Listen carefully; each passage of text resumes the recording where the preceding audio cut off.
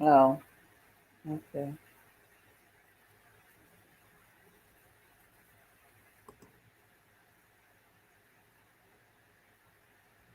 Fuck me.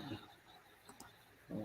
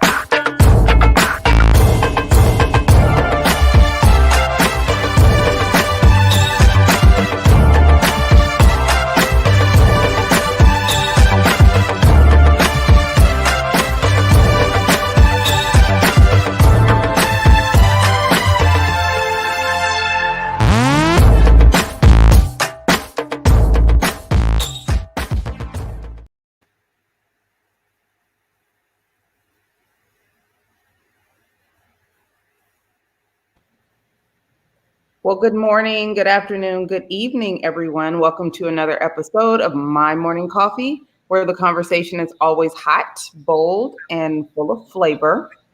Today has been interesting. There's been a lot of tech difficulties going on. And last night, I know there was a broadcast on 60 Minutes where Facebook was discussed and how, they kind of plague our society a little bit. And I think somebody might have tried to take their site down. What do you think, Gia? I don't know if somebody tried to take it down or they just got mad because there was a little 6 minute episode on Facebook. So maybe Facebook is saying, "I'm going to show y'all how much y'all need Facebook, how much y'all rely on Facebook, and we're gonna shut you down for a little while." Because I know people right now, they probably doing some all kind of stuff because they're like, wait. 'Cause some people I know get up in the morning. First thing they do is turn on their Facebook or their Instagram and things like that. And all those Instagram models out there, they're probably like, "Oh shit, what am I gonna do?" So they probably really having a day. I didn't think about them till right now, Tonya. Oh my God. Yeah, so I don't know, but that goes to show you how here's something that was started some time ago, I guess, as a way to share, I guess, your photos and stuff with people or however it started out. And here we are now, all these years later, and we're so dependent on Facebook.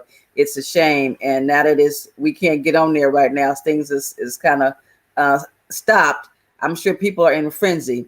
And that goes to, we need to do some self reflection, some reevaluating ourselves and our lives and stuff. And all y'all that's trying to connect with me and been connected with me on Facebook and everything, maybe you should pick up the phone now and start to call a sister and talk to me the old-fashioned way. Because see, here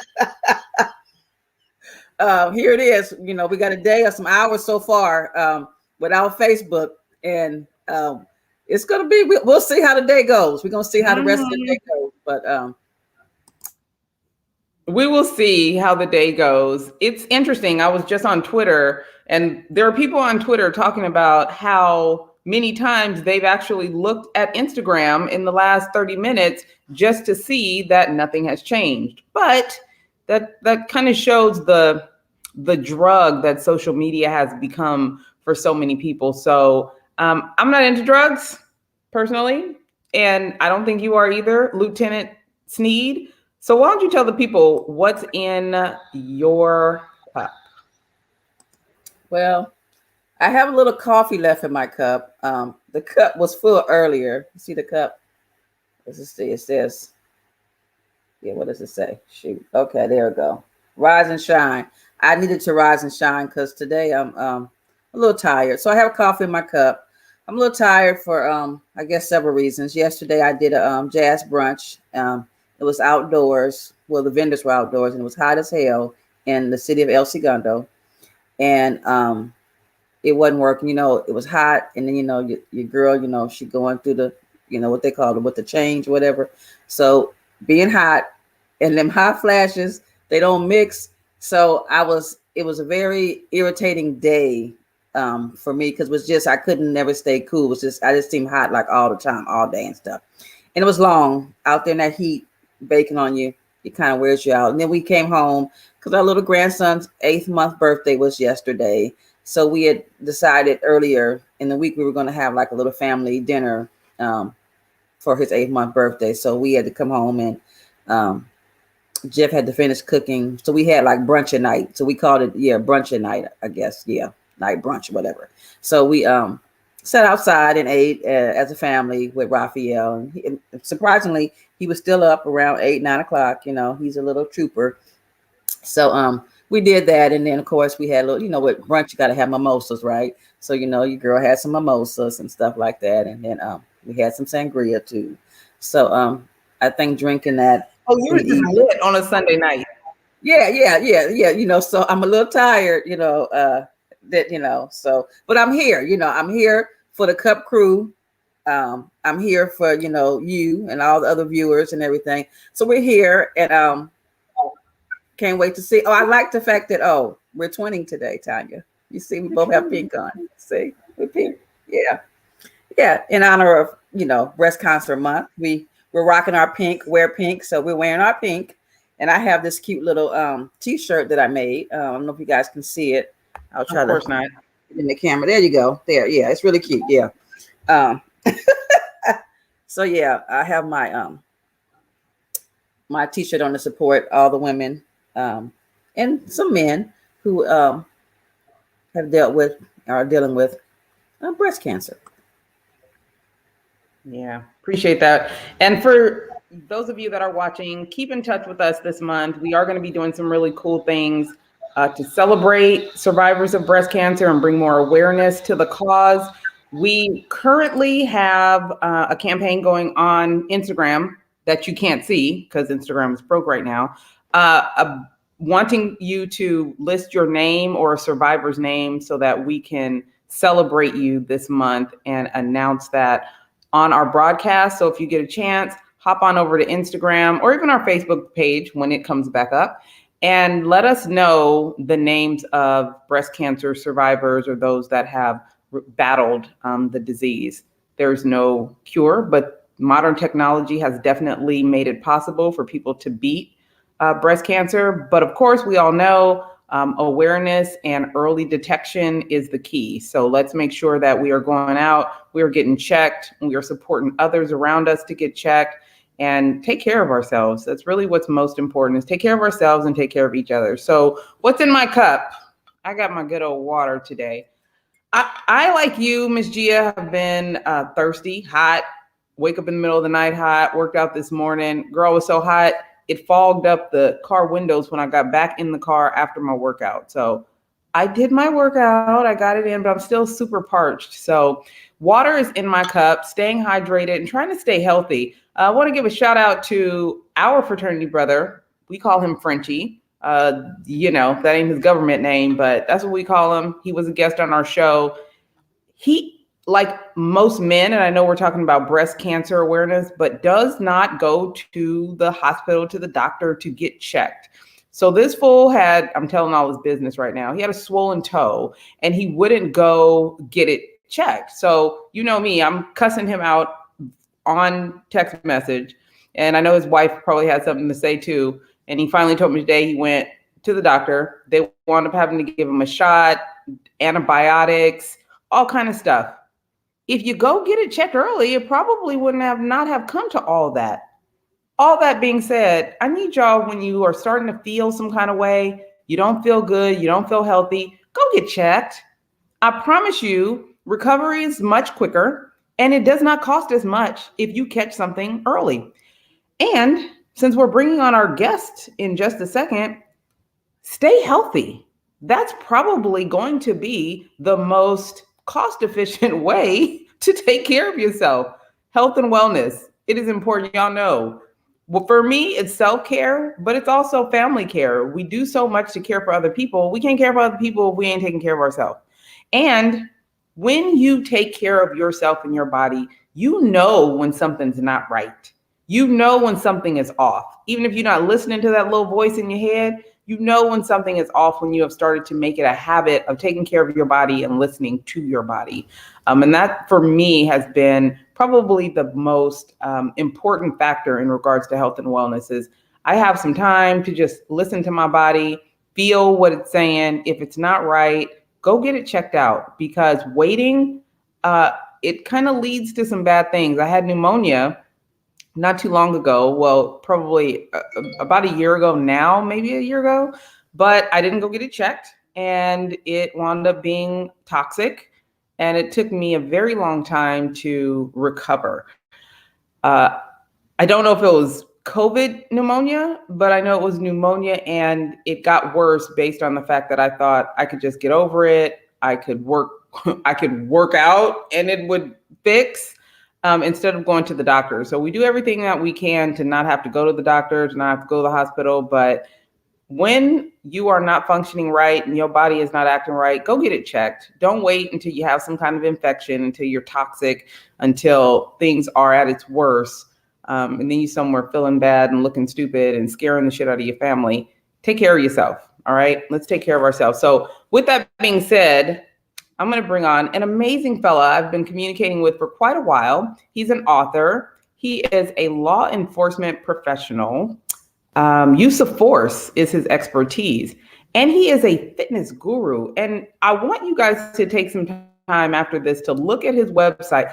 I look at his website and get energized. I might not do everything I see on his site, but it definitely motivates me. So y'all know we're always trying to bring you the information that motivates you, that captivates you, that keeps you living your best quality of life. So without further ado, I'm going to bring on Mr. Cleon Joseph, bring him on air right now and talk about his book and the fact that he wants to live an extraordinary life. He's living an extraordinary life. But what that actually means is, I'm gonna let him tell you about that. Hey, sir, how you doing? I'm good. I'm coming down from the world collapsing via the internet. It's been a crazy day, but guess what? We're still here. We're still okay. Let's go. Let's talk it up. What's in your cup today? What are you drinking on? How have things been going for you? Now, which depends on which perspective. If we're talking about Kool-Aid, I stopped drinking Kool-Aid a long time ago with my 25-year career in law enforcement. If you're talking about tangibly, what does this trainer drink? A big old glass of water to start the day and a little boxing. That's in my cup. How about you? Yeah. Did you say a little boxing? Oh no, a little boxing, a little. Okay. I was getting ready to say, whoa, okay. I ain't mad at you though. Okay, a little boxing. Okay. A little boxing, a little, yeah. It gets the endorphins going, gets me ready to have good conversations. I can't just get up in the morning and talk. I'm kind of an introvert. People don't believe me when I say that, but once I get active in my thing, in my zones, it's on and popping. So my coffee cup is full, and I'm feeling pretty common. We have that in common. I'm an introvert too. People don't believe that, but I am. But once I get going, it's on and popping. Yeah. So, but yeah, okay. Water and boxing in the morning. What he does, people, in the morning, he gets up and drinks the water and he boxes. Okay. Exactly. We're gonna get more into that because that's interesting. You seem very, very, very, very alert and like ready to go. I can see you're in what we call a ready position. You're in a ready position. I can see you in a ready position. You're ready. So you're not ready for that. Yeah, that's what I'm saying. I don't know if I'm ready because I can see you like ready. You like what? Yeah. So I'm an introvert that has a little bit of ADD, matured ADD. So I'm in the perfect lane: entrepreneurship, fitness, motivational, law enforcement, which I'll be hopefully blessed to prepare to leave in the next. I don't want to give a timeline now. I don't want to piss off my guys, but yeah, this is it. This is life. This is living, and there's a lot of realities that got me to this point. I think.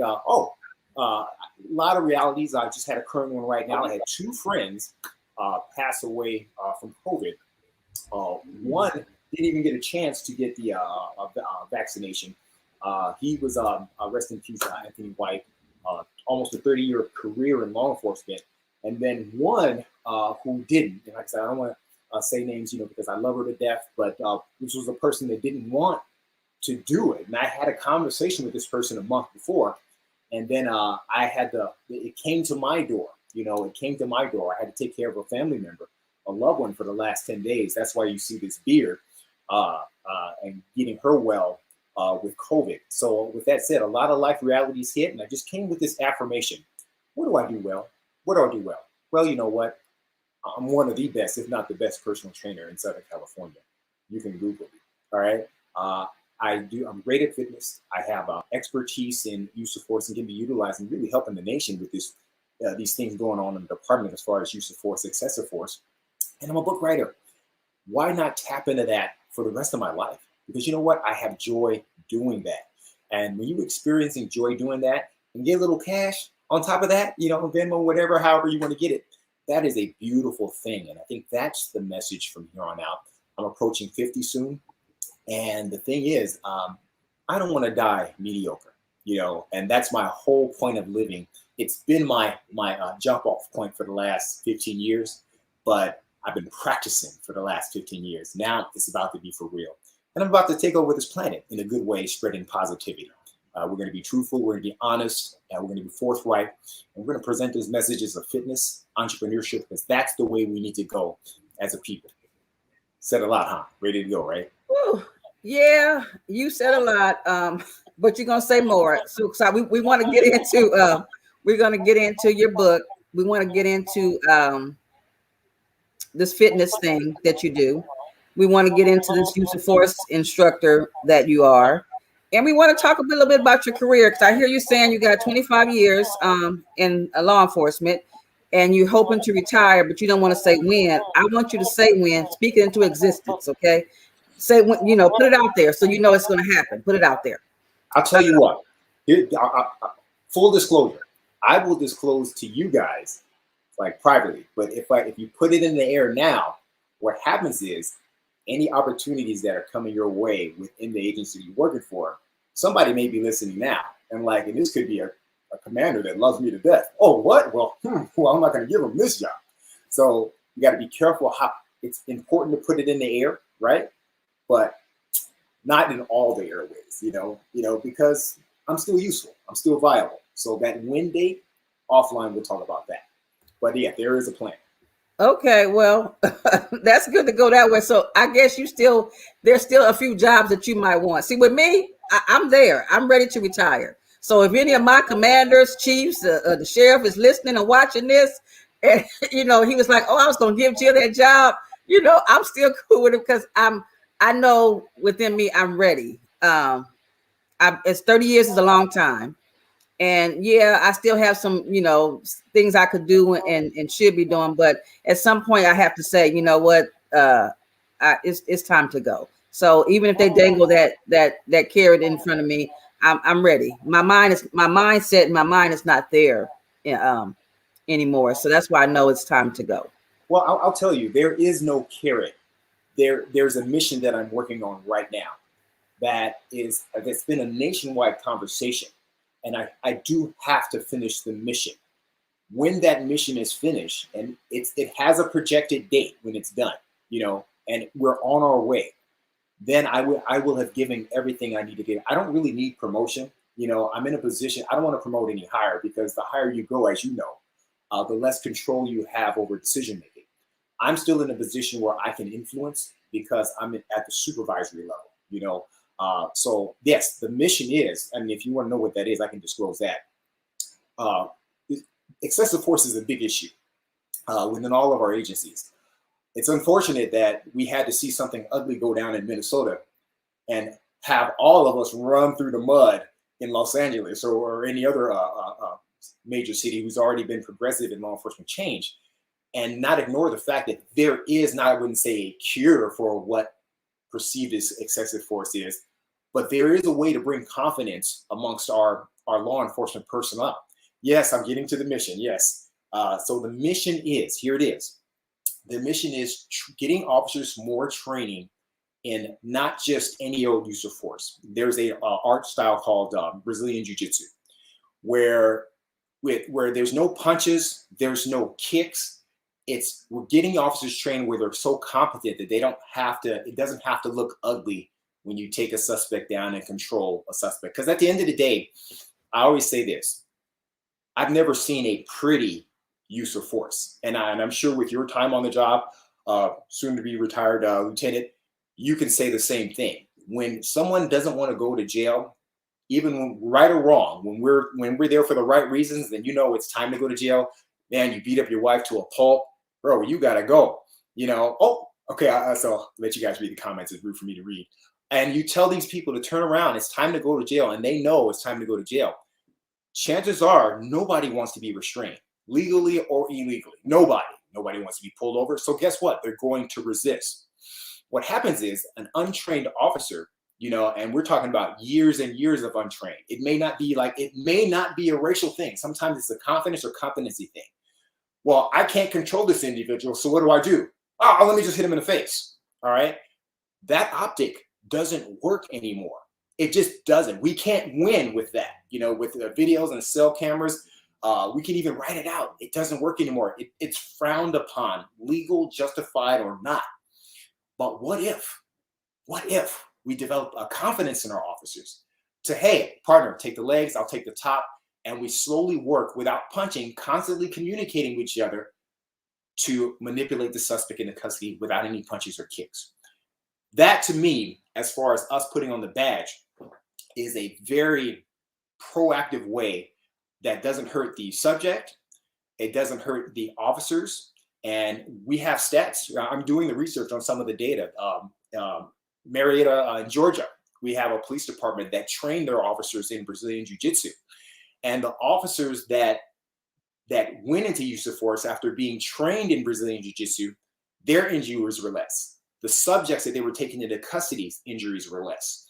It was an amazing thing. And then they kept track of the ones that weren't training, and those injury rates on both sides were still upticking. So this Brazilian Jiu-Jitsu thing is for real. I literally got kicked out of the same unit that I'm supervising now 15 years ago because I was trying to bring something like this in.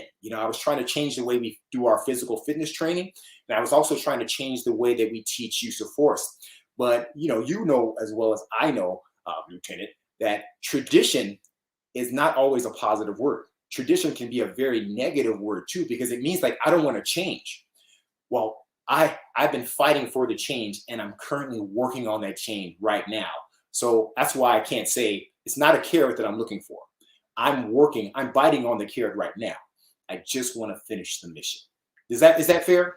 Yeah, that's fair. You have some unfinished business that you want to finish. I got to finish this. Yeah. And then I need nothing else. I'm going to take over the world after that. Well, awesome. I look forward to hearing more about it and seeing more about it, because you sounds like you're onto something. Because it is about really the training and the kind of training that officers that we get are getting out there. So you keep doing what you're doing, and we'll see the fruits of your labor soon. Oh yeah, definitely. With this mission of yours, who are you taking on this trip? Who's coming along with you? Who are you carrying with you on this mission? Well, on this particular mission, I'm right now. I'm carrying right now my agency. My agency is known to, and we can argue back and forth. Right, is known for being famous and infamous, right? But we've also been known for being one of the most progressive agencies in the world, and people come from other states and other parts of the city to train with us.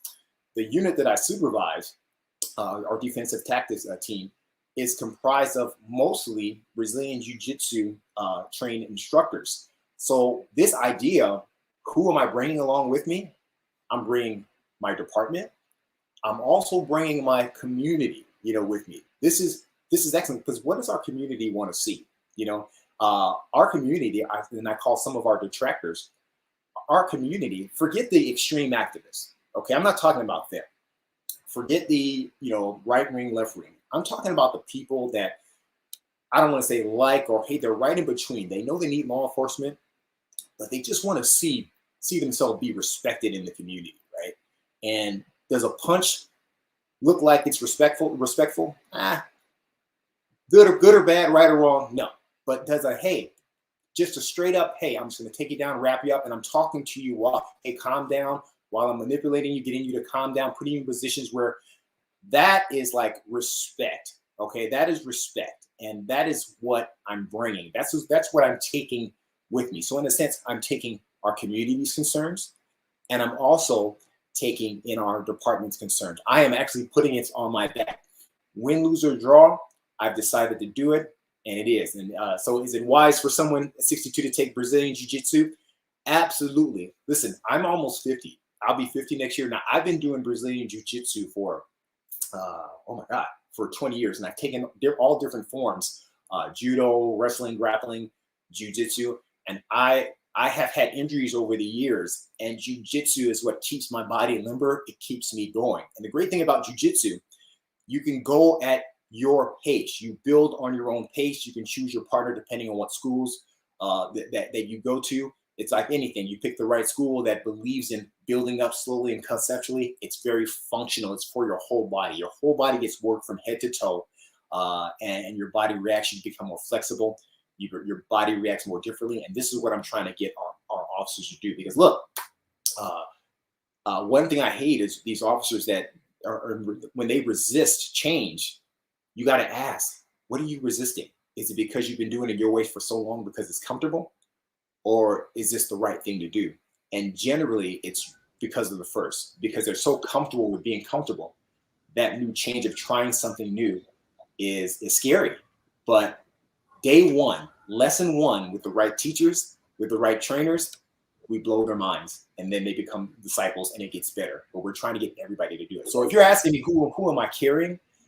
Yeah, I'm putting this on my back for the last ride, and I'm just put all guns a-blazing to get this out so you, my community members, can be happy. And the great thing is, what we're trying to set up is a place where officers and the public train together. You'll never know. You'll be sitting right next to an officer training. That's community engagement. You get done, well, where do you work? Oh, well, I'm a police officer. Oh, my God. You just blew their mind, and you blew a stereotype away. It's already happening, but I want that promoted within our agencies. Are you feeling me there on that, on the law enforcement side of things? No more. Yeah, actually, I wanted to comment to Sherry about BJJ.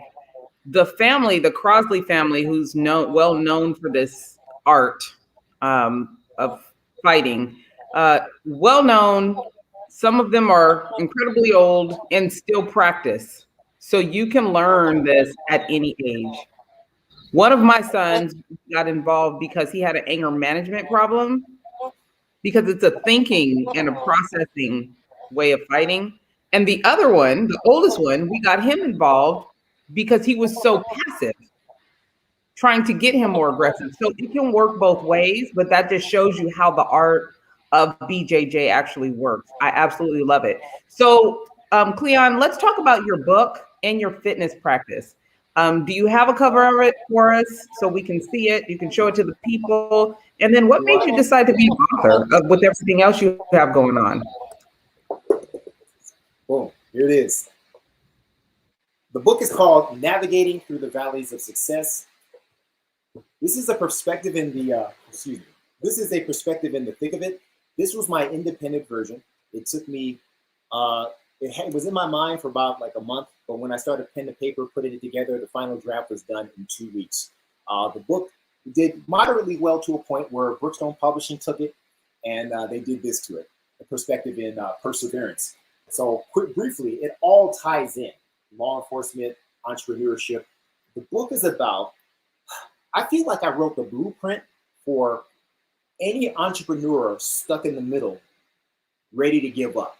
I give them the why not to give up. You guys ever see that little, it's a little cartoon, little comic strip of two men chiseling, right, a tunnel, right? And they're both chiseling a tunnel like John Henry. One guy chisels through and reaches his goals. The other guy is one chisel away from reaching the diamond, but he quits right? That picture stuck with me when developing this concept. Also, the life lessons I learned running from my dad and running back to my dad and with this entrepreneurial spirit. What if I just kept on chiseling and I cracked and I reached in and I actually grabbed the diamond? I want to be the guy on the top that chiseled through. That's what generally what navigating through the valleys of success is about. And it's like double-edged, right? Success really comes from being in the valley. I know both of you guys can attest to this. I'm just like translating it. I'm making it English applicable. So listen, valleys, okay? You have your business, you have your job. People are screwing with you at your job. You're not getting a position that you wanted. You got family members dying in the house, but yet you have this entrepreneurial dream. And those are valleys, okay? Those valleys is like, I got to work through this crap to get to the top of the hill, to get to success. It's a climb, y'all. But here's the one thing that I discovered, and this is the whole purpose behind the book. Once you climb up the hill, guess what? There's a bigger valley, right? And instead of looking at it as like, oh God, here's another valley. Here's a new boss. Oh God, here's a new challenge.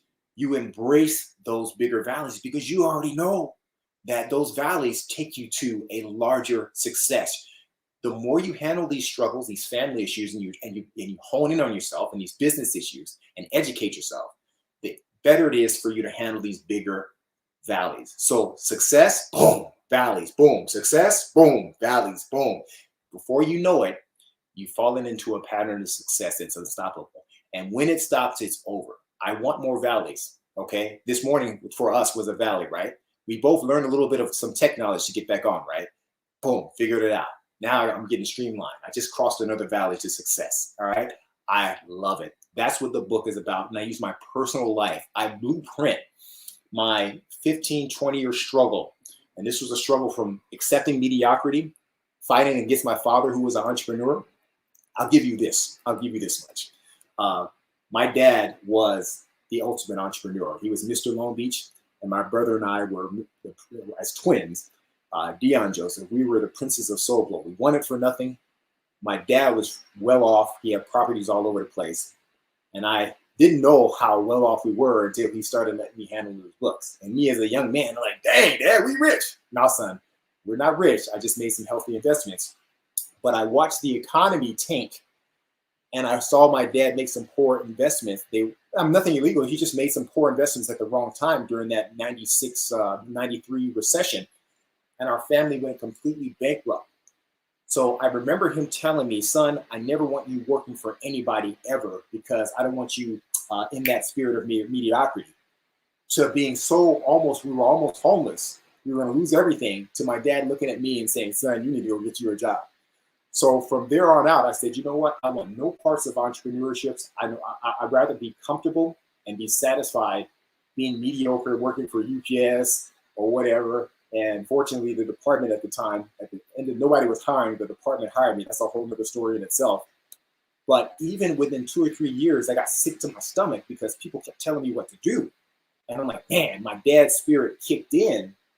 And it forced me to start a business. Now you have to dip into the book to understand how it got there because it was pretty crazy. But the entrepreneurial spirit kicked in and I was able to use both. I was able to learn from my job to teach me what it took to be a good entrepreneur. It motivated me. I was angry. I was going to quit at one time, but I said, no.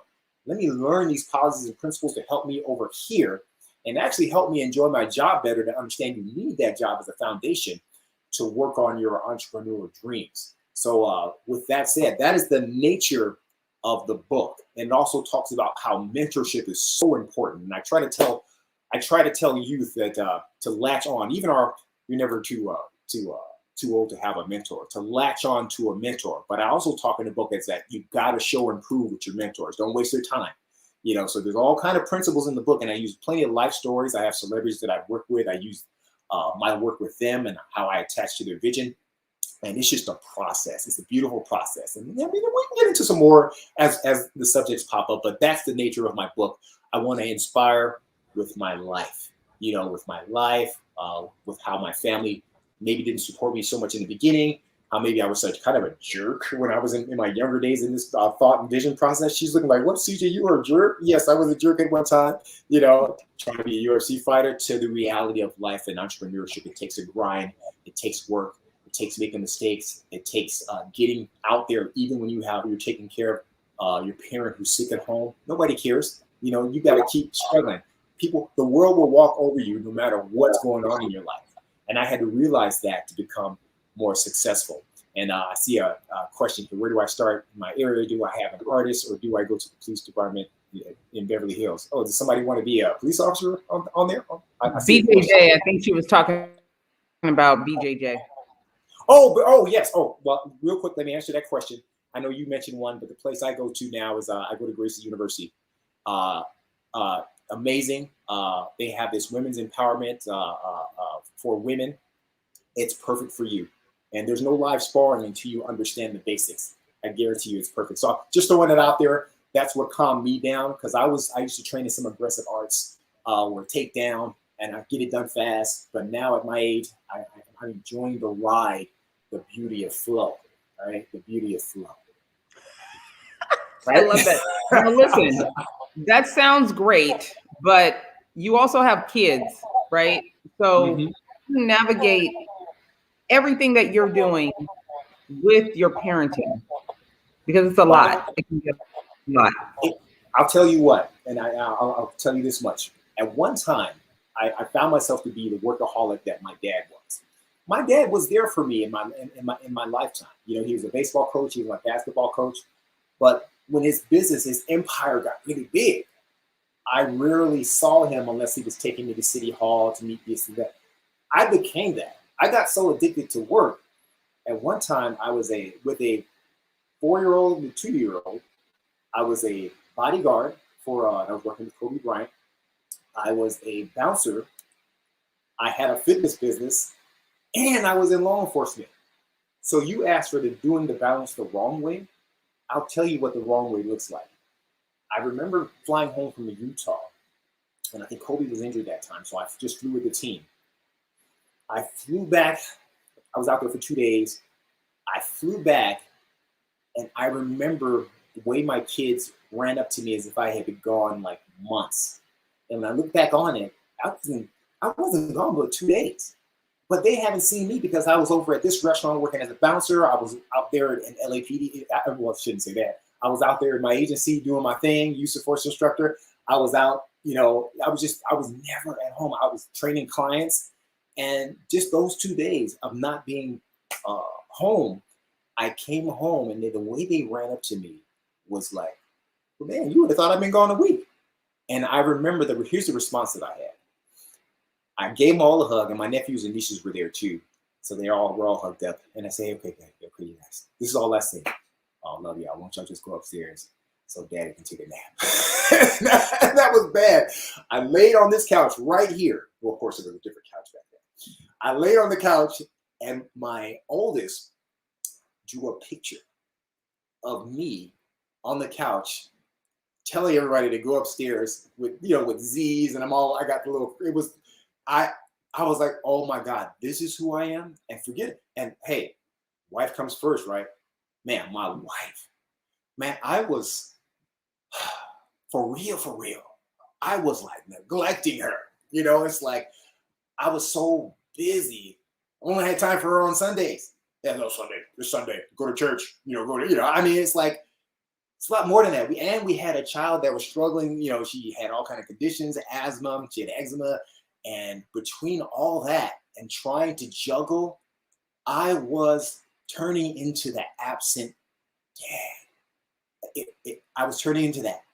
And that moment right there made me realize that something had to change. You know, I know chiefs like these people that love their job in law enforcement so much, they go up the chain of command and they lose sense of their family, and they have this great financial life, but their family life sucks.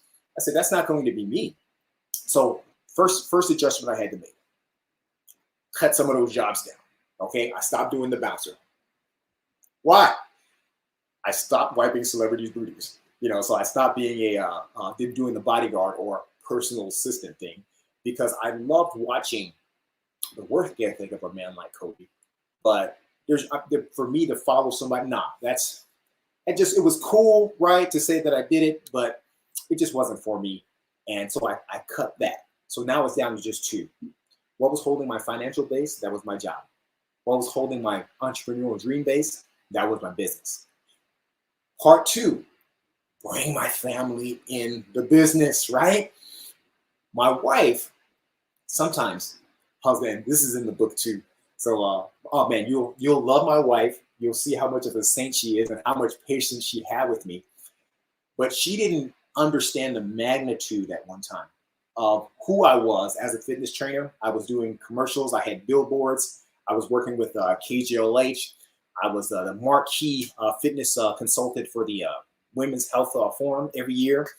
And one day I just decided to go on and just bring my family into the business. And when my wife finally saw me into my life, remember I told you on one side, I cut down two things, right? Boom, cut it down.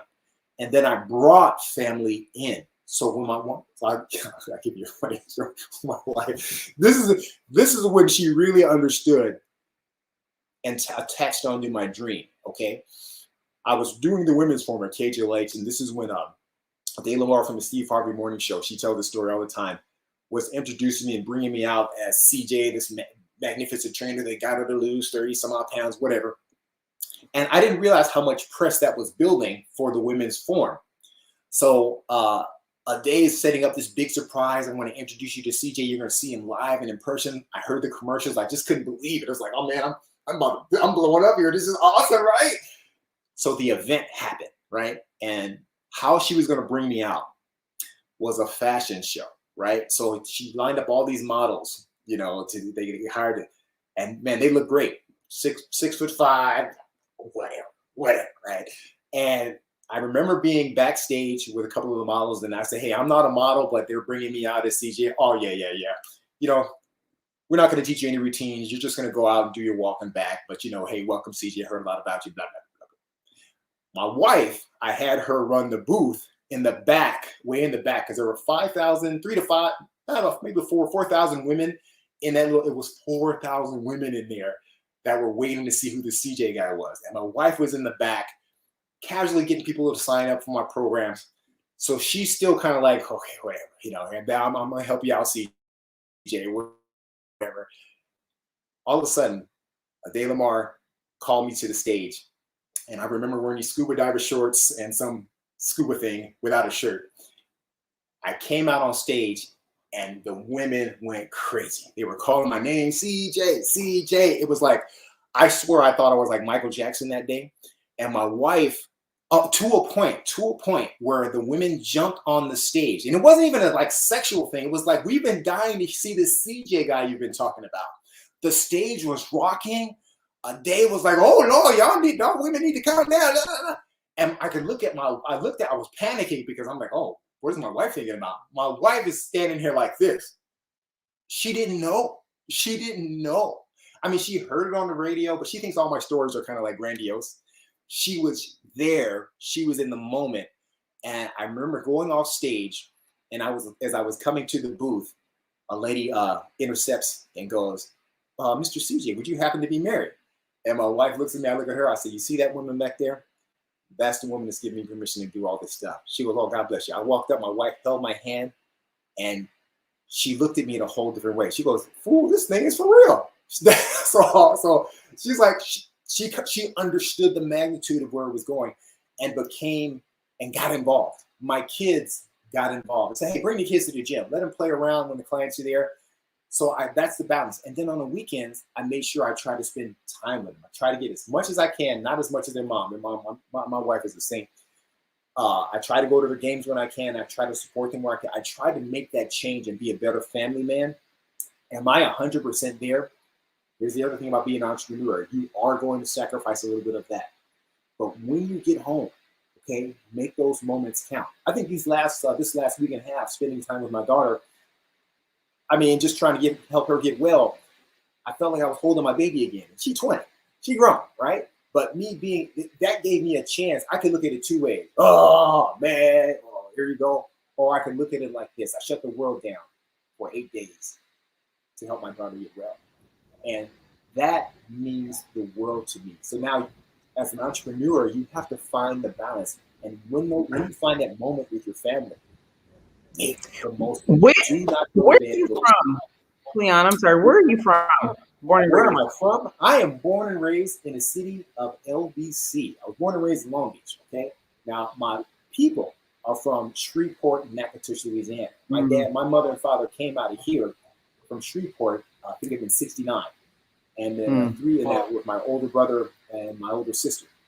And then 3 years later, they made the mistake of having twins. That's my brother and I in 1972. So yes, we do have some Southern people look at me and say, "Where are you from?"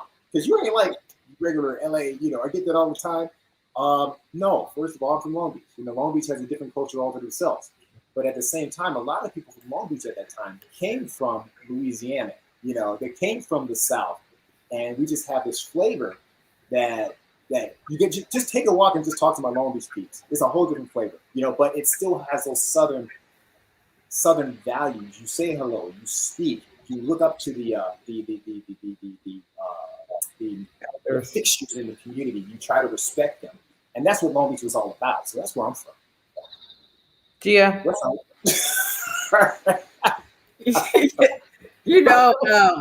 CJ. Okay. You got a lot going on, and you had a lot to say. I'm like, do you ever like slow down? Because I'm like, this dude he's doing a whole lot of stuff, and wow, I'm very interested in all the stuff that you were talking about, and man, you kind of had me like I had things to say, but you was going, and now I'm like, okay, well, where do I even start? But let's start. I already warned Tonya that I can fill the show no problem. That's I see. She didn't tell me, because I'm like this guy, he got a lot to say and stuff. He needs to go on. We might need to take you on the road and do some road shows and stuff, because you have a lot to say, but what you're saying is very interesting and stuff. And all this, Long Beach, people from Long Beach, we different, all that kind of stuff. You know what? You from Los Angeles. You're born and raised in Los Angeles. Let's just get it right. That that's where we all come from. All these. I'm from here. I'm from there. We from LA. Okay, we're born in LA, and yeah. So don't be trying to act like, oh, I'm from Long Beach. Long Beach, we're different type of people. Let me make this very clear to you. Long Beach people. There's your East Side. They have a personality. West Side. We have a personality. Long Beach is different, but yes. So you West Side. So you West Side. I embrace Los Angeles. Los Angeles. Okay, but you West Side Long Beach. I'm from the West Side. I was literally born and raised on Easy Street. See, West Side. You see what I'm saying? West Side. So okay, West Side. All right, West Side. I want to ask you, Cleon, what has been the most impactful lesson that you've learned in building a fitness business? How have people surprised you in this business that you have? People always want to go into anything when they're chasing their entrepreneur. They look at the financial aspect first. I think going into the fitness side, it allowed me to. It's a relational thing. It allowed me to attach onto people's visions.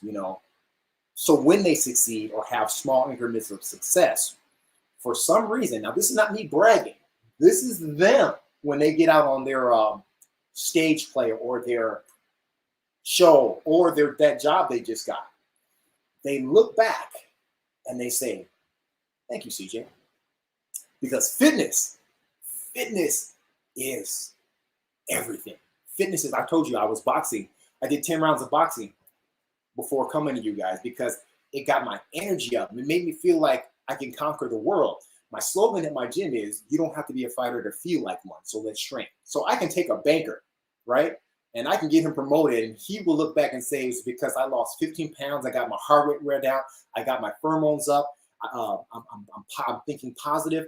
It's relational. So I always have stories, right? Never run out of those. I had a singer that was, his name is Jesse Campbell, and he tells the story all the time.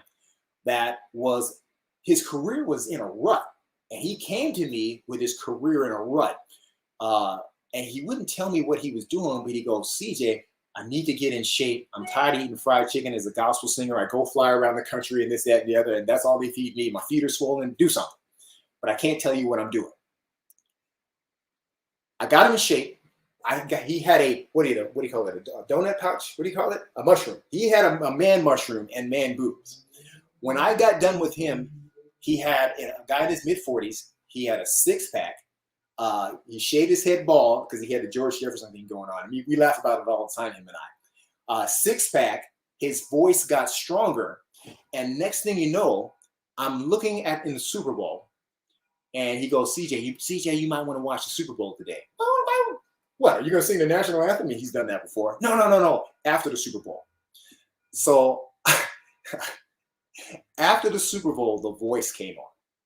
And guess who was on The Voice? It was Jesse Campbell. He had the first 4-chair turn, and he killed it.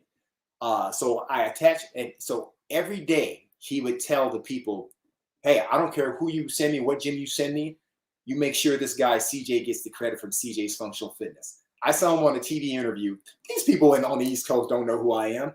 And I like to say hello to CJ of CJ's Functional Fitness. I'm like, wow, that's beautiful. Tammy Mack, same thing. She kept quiet that she was training for her stage play, her one-woman show, Bag Lady, 3-time NAACP nomination. I got her in shape for that show. And you know what? You opened up the producer credits, and I saw my name as a producer. Okay, CJ. Well, check this out then. Check this out. You know what? We need to know where the gym is at. Give us the address, the location, and everything, because we need to be at the gym, at your gym, working it out. Okay, so no, I got one better. We should have CJ lead one of our fitness walks or one of our fitness days with My Morning Coffee. I'm just saying.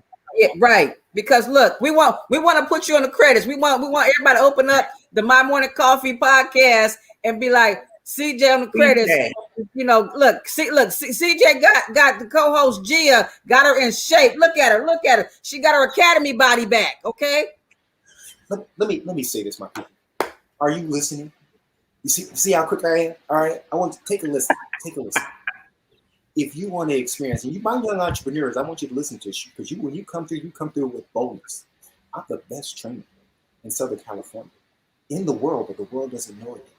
If you want me to attach to your vision, if you want it better, look back and say, damn, thank you, CJ. I did this, and I did this with you, not just because of you, with you. Here's where you got to go. 15703 Condon Avenue, Suite C3, Lawndale, California, 90260.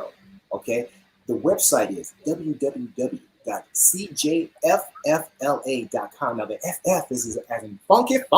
All right, so remember that, www.cjffla.com. Listen, and if you want to taste the CJ a little bit, you go to Cleon Joseph /CJFF on YouTube, and you can see how the workouts go down from beginner to end. You'll see testimonials. You'll see my fitness podcast when I'm talking about wellness. I have developed this empire. See, that's why I'm not worried about retirement, LT. I'm not worried about it because I got this. I already have the world unlocked, okay? I already have the solution to functional fitness. It doesn't matter what age you are. It doesn't matter if you're 5. It doesn't matter if you're 70. I want to train a 240-pound blind woman. If I can do that, then I can train you. You just have to have the heart and willpower. You already got the trainer. Now, if you're scared and you're going to try somebody else, guess what? You've accomplished. You've gone past the pre-contemplation phase. But if you want the best, and now with this virtual, that's another lesson I learned. This virtual thing, I'm kicking butt. I'm doing virtual walks. I've been teaching all over the world. Bruh, need I say more? Now, to my young people, that's not bragging. That's not arrogance. Let me tell you what that is. That is God running through me. And if I can give you that confidence, that swag, right? Now, when I turn the camera off, like I said, I'm an introvert. I'll be like this. but right now, the camera's on, and I'm going to tell you the truth. And the truth, success on your gift and your passion, that is exciting. That is what I'm excited about, changing your life. So I have a simple one. I have a simple question for you. You were talking about your client, that he shaved his George Jefferson. Why do men have such a hard time coming to terms with age and that balding situation here? What is Well, that first of about? all, first of all, listen, we do that to ourselves. When Michael Jordan and Charles Barkley, they shaved their head, it looked good on them and they were successful. So all of a sudden, the cravatas or the thing, the little bowl, that used to be the thing in the 70s. I mean, that used to be cool. It's just trendy. It changes with style. Now hair is back, but I can't grow hair back. All right. So here's the thing with me. I have a great, when I'm in shape, I have a great bald head. You know, I look healthy the way nobody knows that I can't grow hair anymore. Who cares? Because I have a six pack. I can run 10 miles a day. So yeah, I get it. Why do men? Because of testosterone and the loss of the reality. I'm just giving you the reality. And once men hit their midlife, there is a loss of there's a testosterone goes like this, and so do our emotions and our feelings. And there's still a part of us when we wake up. There's some part that wants to be our old self. But first, I tell my men going through this phase too, accept that your body is changing. Refill it with proper nutrition, with proper exercise, and you won't feel that testosterone dump as if you were doing nothing. All right. So that's what it is. It's literally as we get to our midlife, people call it ED, whatever, erectile. No, quit giving that a title. Hey, you have to make some adjustments with your testosterone levels going down. And that's with nutrition. And that's also with activity. I've had a couple of male clients in their midlife like me. They started going through that phase, and I just started having them work their legs. They never trained legs. They had great upper bodies, but their lower bodies are horrible. But we did a little cardio conditioning, and they had their moments of glory for whether it be for work or whether it be for their intimacy. You know, Well, CJ, I know Tonya asked you about the men and balding, but what do you say for women? Because women go through the same thing. They have the same. They go through the change. So what do you offer them? This is where it's always been equal to me. Like I said, I don't see men and women as men stronger, the women da da da. Everybody, women are pound for pound the strongest. The answer is the same. Say it again. Say it again. Women are pound for pound. When you say pound for pound, they're better fighters. You know, they're better nurturers, and when they need to be strong, they can be stronger than a lot of men I know, especially nowadays. And guess what? Does that make you happy? Yeah. But I choose to be a strong man. You know what? CJ, you are right with me. Yeah. What? So I wasn't before. We horrible. Oh no, this arrogant son of a gun. You know, spirit of my dad, Mr. Joseph, rest in peace. I love you, man. Just had a birthday. Rest in peace. For women, it's the same thing. Here's what women have to worry about. And this is not me being some psychological guru or whatever, or some MD. When you go through the change, this is the time where you need to choose what body type you want to be. Do you want to be a tank, or do you want to completely remain functional? Once you start having the hot flashes and your body starts to change and the estrogen levels change, if you don't replace that with physical activity, you will have let's say, an easier time storing fat and holding on to fat. Because while you're going through those hormonal changes, your cortisol levels is going up. So you're in that fight or flight syndrome for a while you're going through all this. How do you combat that? You release it with energy, and you release it with exercise. So I get women maybe in their between 40, it starts kind of in their 40s, maybe late 30s, 40s, and it really gets bad when they come back in the 50s. The ones that are already taking care of themselves in shape, they tend to break through that mold. It's very difficult for the ones that are in their 50s and inactive and decide to be active. It's not difficult for me as the trainer. It's difficult for them to develop disciplinary habits. But the ones that do, that latch onto me and do, they have those breakthroughs. And it's not saying the hot flashes are going to stop, because that's a normal process of life. But if you're combating that with some relief and using exercise, cardio conditioning, flexibility and weight training and HIIT training, functional training, okay, natural range of motion, and you're doing that 3 to 4 times a week. All I ask for is 3 minimum, but if you can do 5, great, right? My clients, they generally do 2 with me, and I give them homework 3 days a week. And as they get better, they want to do it every day, but that's the goal. You get to where you're making working out a habit. I will be 50 in a year, right? And the reason why, now this, I'm not, you can take it how you want. You can take it how you want. The reason why my body it stays like this is because I trained it that way for years. I decided that this is the way I'm going to go, and I made it a habit. So my body stays this way. I can lay off and still look good because I know nothing but taking care of myself. Now the difference between me and other trainers is I try to make it fun. At least make it fun. You know, you are going to get your butt kicked. You know, and I tell you, I use that. You know what's going to happen to you today? I'm going to kick your ass. That's what I tell my clients every day. They're like, what? What did you say? I'm not going to tell you what we're going to do. We're just going to go in and we're going to have a good time. And when it's all said and done, we get you to that habit stage where you start talking about fitness. So Day Lamar, it happened to her.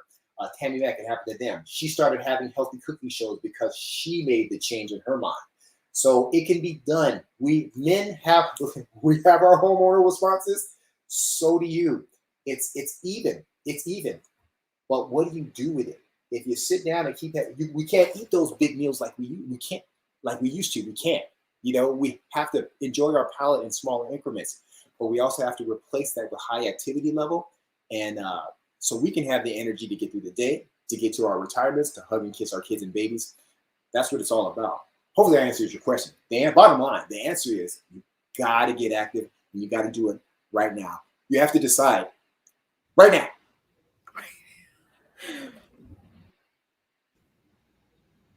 Make some decisions, people, right now. Right now. I can see it. What I want you to do is let them. I can see it.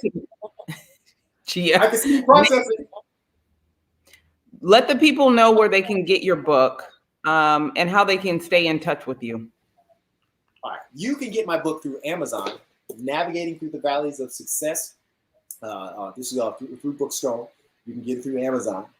You can get either one from my website. You go to the CJ store at www.cjffla. I got to upside down at cjffla.com, and you just go to the CJ store, and I will autograph it for you and send it to you. And I make more money that way. If you go the Amazon way, it's great branding. But you know, one thing I learned is becoming an author, learning more valleys, right? Is that when you let somebody produce your book, you don't get all the money. You just be happy with the branding. Some of you guys probably may know that already. Going the independent route is the way to go because that's your money coming in. So you can support a brother on the website, or you can get the book and help a brother out on Amazon. Leave a comment once you read it. It's been compared to Ayanna Van Zant's books, which is a big honor. It's in different bookstores. I'm having a good ride with it, but the indie version is my heart. You know, it's my heart because it's me on the cover. I did it all, and you can get it that way, and I'll autograph either one if you go online. Just hit the CGF. There's so much to talk about here, guys. We didn't even get into the foundational principles of success. I'm pretty sure we're getting closer to close, and I ran my mouth all the time. That's just what I do. I told you what I was going to do. Y'all got to have to control me for the next I told you what I was going to do. When I tell you I'm going to kick your ass in your fitness session, I'm going to kick your ass. And when I tell you I'm going to talk, I'm going to talk. I'm telling you what I'm going to do, I'm going to do it. But I do appreciate you taking the time to come on and share some of your story. I think we're probably going to have you come back, but definitely want to work on doing something with you and our Cup crew. I think that would be super cool. Yes, I'm down. Are you ready, LT? I stay ready. What you talking about? I stay ready. Right. But listen, I'm gonna tell my people out there, y'all go to his gym, go to his website, and buy the book from his website. Y'all know how I am about supporting us, okay? Support our people. Don't look, Jeff Bezos, that's my brother. He got money. He got plenty of money. He gonna be fine for a long time. So let's go to CJ's website and get the book directly from CJ, so CJ can get all the coins because he need all the coins. And also, I want you to go to Shop the Mahogany Box because we got some My Morning Coffee merchandise on there, and buy it from that website. So we, Tonya and I, can get all the coins. Okay, support us, support the podcast. We got candles, we got T-shirts, we got sun visors, we got dresses, and we got more. You know, your girl G is always creating some stuff, putting it on the website. So y'all go to the website, go to our website. Go to CJ's website, and if you need some PR and you need to learn how to do some branding and marketing, you go to the Sand and Shores website and hook up with Tonya, because Tonya's the business. She got a lot of stuff. She kind of bossy, but You know, she got all the stuff. I love her to death and everything. But no, seriously, you guys, come out, go out and support us. Support the people that we bring on the podcast. We bring them on the podcast for you, so you guys we introduce them to you, get to know them, and support them. They're doing a lot of great things, and that's what the podcast is about. We're bringing people on. If you want to come on the podcast, or you got a product that you want on the podcast, shoot your girl Tonya, not Gia, your girl Tonya, a little messy. with with what you want, if you want to come on, or if you got a product, and we'll shout you out, because what we're about. You know, we at the table, we want more y'all at the table with us. We're gonna make a table long. It can be really long, or it could be really small. It's really up to you. Okay. All right. Well, with that being said, yep. Oh, so with that being said, make sure you hit up Gia, the Mahogany Box on Instagram when it comes back up. Tonya McKenzie PR on Instagram when it comes back up, or Tonya McKenzie PR on Twitter. We will be there. Follow, support Mr. Joseph. He is full of energy. I've looked at some of his workouts and some of the things that he's doing in the community, and they're dope. So we're glad that he took the time to spend with us and to spend with y'all and share some different ways that you can take better care of yourself. That's important. We don't want no bad stories. We want y'all to come on here and tell us good stories about how you got it together, how you took care of yourself, how you did some cool things with your family, how you started to balance out your entrepreneurship and your family life. It's all hard. It's difficult stuff, but that's why we're here, to help simplify complex issues. So thank you again. We will see you next week. And until then, Gia, sign them out. See y'all.